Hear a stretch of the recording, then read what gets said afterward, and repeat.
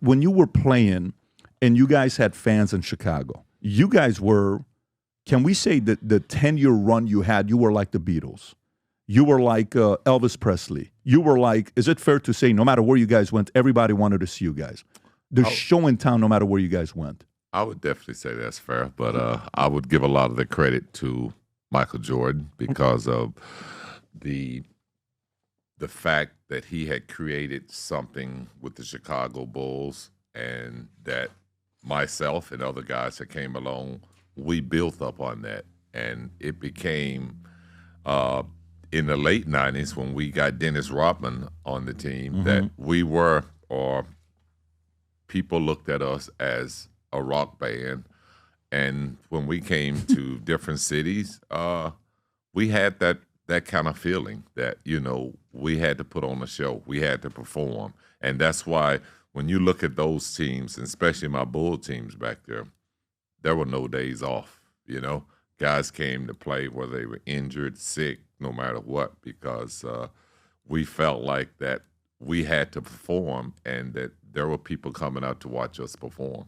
Yeah, and you know, when I watch it that way, and I see the numbers, you know, we're going to get into the debates of Michael, LeBron, Kobe, all this stuff. We'll get into that here in a minute. But the question I wanted to ask you is, when you guys played for the Bulls and politicians showed up, okay, say Republicans showed up, Democrats showed up, and they'd come and speak to you. And Michael made that one comment that we read about. I don't know if he said that or not. You know what I'm talking about, where it's like, listen, Republicans also buy shoes too, right? And Obama in The Last Stand said, I was kind of disappointed that he didn't come and support that one candidate. And even Michael's mother wasn't happy. You know the story. I'm telling you stuff that you lived it. So I'm more the guy watching it from the outside. As a comparison of face of the league to face of the league, not talent. We're not talking like who's the better team player, who's the better scorer, who's more dominant, who's a bigger winner, Michael to LeBron. How much of it you think also the face of the league, MJ was the face of the league, then maybe you put Kobe, Shaq the next era, then you put LeBron, Curry the next era.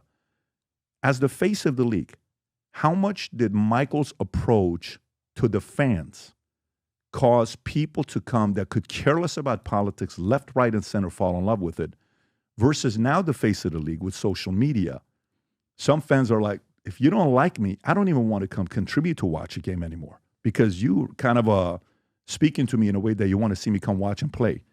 That specific debate, what did you notice between those two of gaining different fans?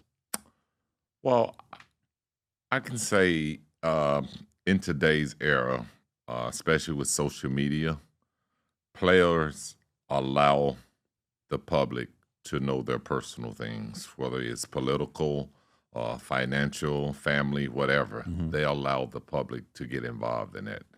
So when you ask me to make that comparison with Michael or LeBron, well, Michael never put himself in that position. I mean, his words speak for itself. I mean, he's never gonna put himself in a position where you know his political thinking, his political mindset.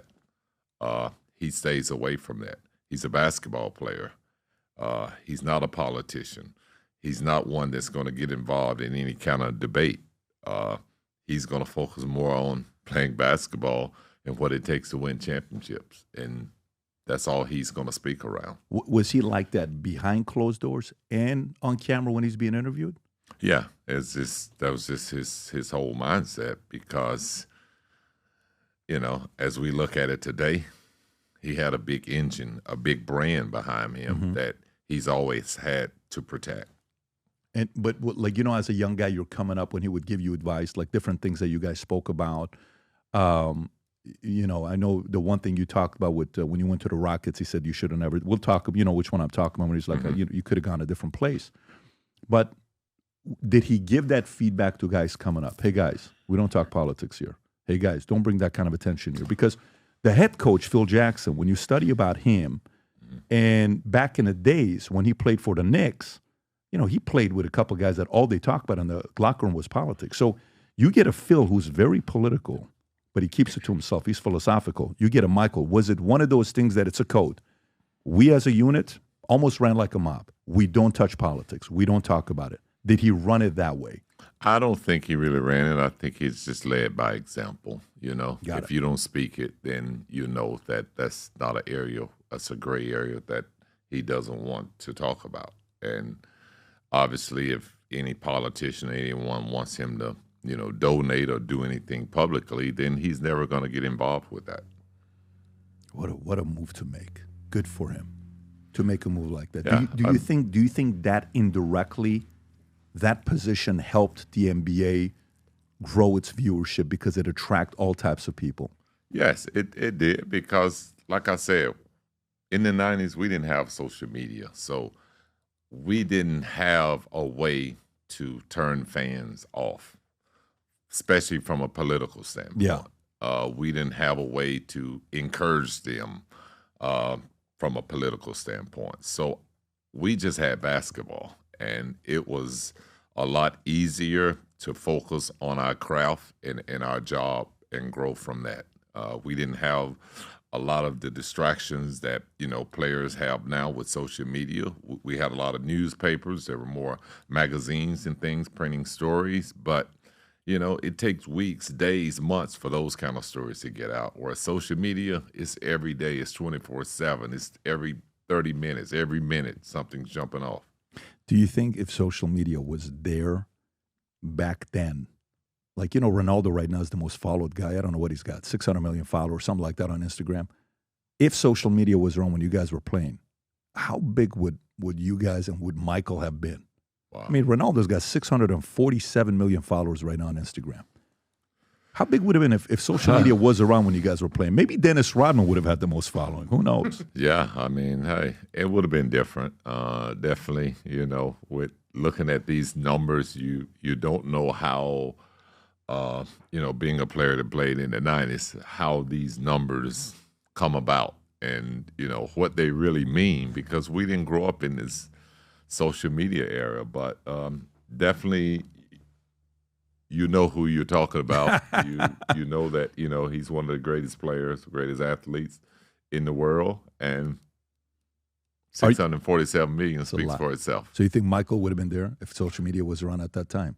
Because Michael kind of took the NBA to. I think he would have probably doubled that. I'm gonna be honest. Seriously, yeah, I would say, because basketball in the 90s. When it first jumped off, and just having social media back then would have just been amazing. I remember in 1987 when I was drafted, that's when the NBA signed a international deal with China, where games were now being shown all over the world, pretty much, definitely all over China. So the game was growing then, and at that point, I mean, Michael was 4 or 5 years already into the game. So I'm just speaking when I started in the league that, yeah, the growth of what I've seen in basketball, I've traveled all over the world, from Italy, Germany, early 90s, late 80s, really talking about basketball, growing basketball, talking about the Olympics, and lo and behold, 1992,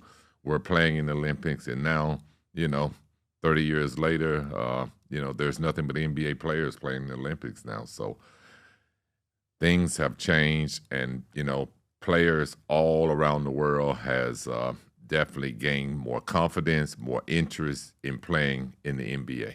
That's amazing. Scottie, who were some people you saw? Because your last year was it 03-04? If I'm looking at this, 03-04. So 04 is when Barack gave the speech, right, at the DNC when he blew up. That's when he came out and he gave one of the greatest speeches of all time.